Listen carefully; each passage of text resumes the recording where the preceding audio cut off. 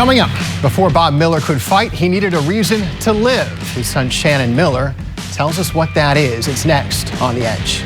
Bob Miller is the patriarch of the Capital Region's first family of boxing, but the 71-year-old Troy native and New York State Boxing Hall of Famer now finds himself in the fight of his life. 11 days ago in the North Country, Miller fell asleep behind the wheel and crashed.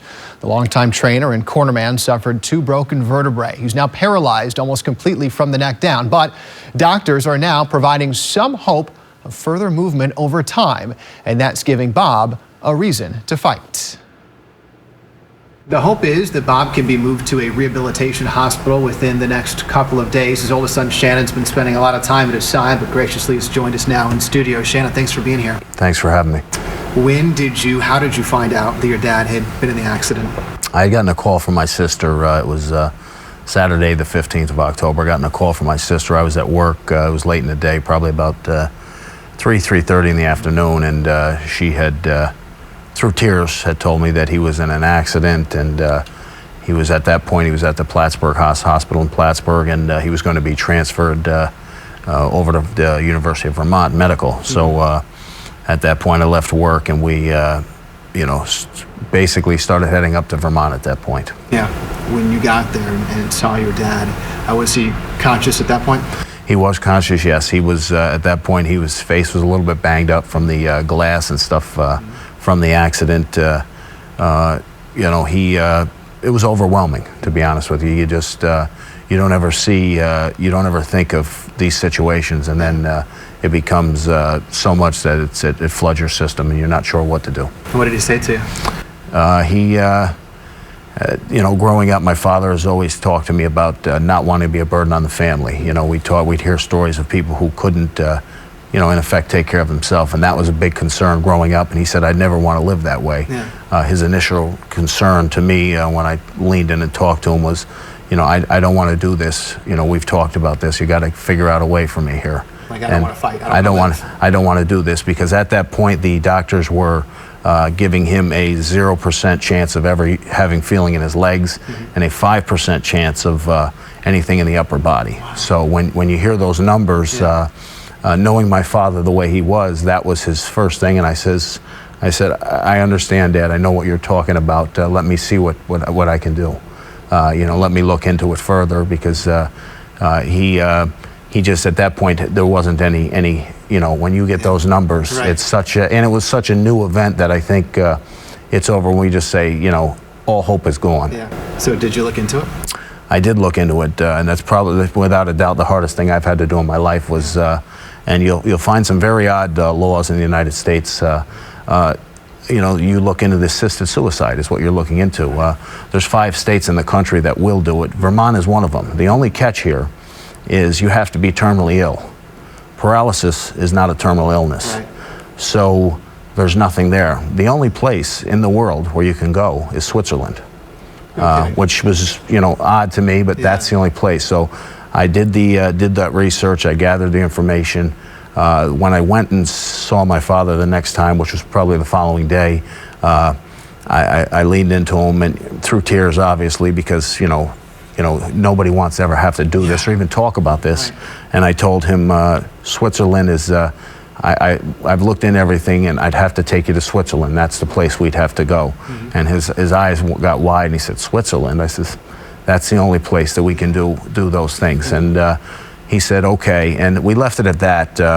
Then the head surgeon came in and talked about his options, talked about the option of doing nothing, mm-hmm. and sending you to rehab and seeing how that goes. The other option was to do a surgery, and it was a 2-part surgery. And I'm not very good medically. My older sister's much better as a nurse practitioner. She knows this stuff better than me.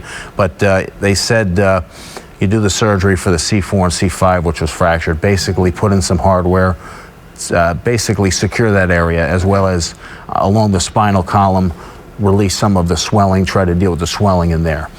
He said with these things, he thinks that there's an opportunity up to 30%, maybe more, depending on the person, that mm-hmm. he can get movement back in his arms and hands, up to his hands. My father at that point said that would be enough for me if I can get my arms moving again. And the doctor said, jokingly, a great doctor, he says, wouldn't it be nice if you could just pick your nose? and everybody laughed, and it really broke the ice. And my father said yes. After everybody left the room, I leaned into my father and I said, "Dad, you know, it's always your whatever you want is what we'll do." Yeah. But in my opinion, I think this surgery is worth the shot. And the downside was, well, there's going to be some pain, and obviously in any surgery, there's a chance you don't come out. And the doctor went over all of that, but I says, you know, this is a shot here. You have a shot. And I says, and if not, and he cut me off, and he said, and if it doesn't work, then we'll go to Switzerland. So still, you know, cognizant. His mind is very sharp, and he's very well with it. And so he had the surgery on Friday night. It got done on Saturday morning. I think it was about 2:30 in the morning is when it was. That was about, I think, about a 7-hour surgery. The doctor was very optimistic. He said everything went well. Some of the things, the medical terms that he was using, he said everything went okay. He says, so now at this point, it's just a matter of let's get the rehab going, and let's as I tell him, this is his comeback fight. Yeah, well, to borrow the metaphor from boxing, I'm sure he was just looking for a puncher's chance. Yeah, he just wanted an opportunity, and here it is. You know, when you hear 0% and 5% at first, you know, you think, well, you got to be kidding me. So it's so unreal at that point. But when you hear, hey, 30% chance, and possibly more if things go well, you know, you're in the fight. You have an opportunity, and that's, I think, what he was looking for. So that's where we're at now. Speaking of being in the fight, of course, you're a fighter from a family of fighters. Your last fight was 5 years ago. You're contemplating maybe one more now? Well, I had said to him, you know, the cost. You know, you're completely amazed, I'd say, at the cost associated with this type of accident, and not just the accident and the care right up front, but you know, after that, you know, we have to talk about getting him a handicap accessible van. We have to talk about a wheelchair. We have to talk about a lot of different things. And you look in the prices of some of these things and you say, wow, where do you come up with this money? I mean, my father's always been a guy where if he had $100, he'd give $105 to somebody else. So it was just the way it is. So I had said to him, last night, I said, you know, I think I have a way to raise money. And he said, how's that? And I says, well, maybe I can fight again. And he said to me, I don't think I'll be able to get up the stairs to be in your corner this time. And that was tough. Has he always been in your corner? Always, yeah. So for him to say that, and it didn't hit me until the ride home. You know, the ride home, you're driving back 3 hours plus from Vermont on basically very quiet, lonely roads. And you start thinking about those things, and it was difficult. And at the time he said it to me, I says, well, you've always been in my corner. We'll figure out a way to get you there. So that was where that was at. But it has ran through my mind. Let's talk more about your dad, and not just the condition he's in now, but the person, the father, and somebody who has been one of the top boxing figures in this community for a very long time. What does he mean to the Capital Region? I think most people in the Capital Region will tell you that boxing is alive in this area, particularly on an amateur level, because of my father. My father has spent so many years trying to develop through the Uncle Sam Boxing Club and different with organizations. He's the president of the Adirondack Boxing Association, which is the amateur boxing association now. And I've watched my father through the years go and work, you know, morning until night for the benefit of these kids. And I watch him stay, you know, I've seen him start a show start setting up a ring at 7 or 8 in the morning and finish up at 11 or 12 at night taking it down. And I've seen that for years. And the youth in this area and the people involved in boxing, I think they know how grateful they are and how lucky they are to have a guy, because his life has been dedicated to the sport forever. And what about personally to you as a father? To me, it's, you know, I had said this to a couple people. My father was always somebody who never valued, success based upon money or wealth. You know, a lot of people always look at, well, how much money does he have? And that's a sign of success. My father has never been that way. You know, I tell people today, I got a bigger house than my father now, and I got a bigger car.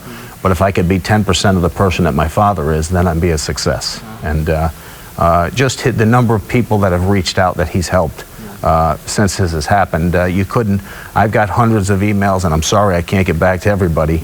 I'm working through everything. I've got hundreds of emails and texts and phone calls to make. And you know, the stories are endless of, you know, guys who are down and out who said, Shannon, I had no place to go, and your father let me gave me the keys to the gym and said, you can stay here until you get back on your feet. And so a lot of guys have slept in the gym, and that's what they did until they got back on their feet. And a lot of them turned into be really good, great people who've helped society, helped the community, and done positive things. So you hear these stories, and it really lets you know, it reaffirms what you've already known anyway. Yeah, he's a wonderful guy, and you've got our full support. You need somebody in your corner, you let us know. We're going to be there for you. Yes, of course. Shannon, thanks for being here. Thank you. And let's take a look at what some people can do to help out with your dad's medical expenses. Thank you. And here it is, the GoFundMe page the Millers have set up. Just search Bob Miller. As you can see, they've already raised almost $33,000. 349 people have donated so far.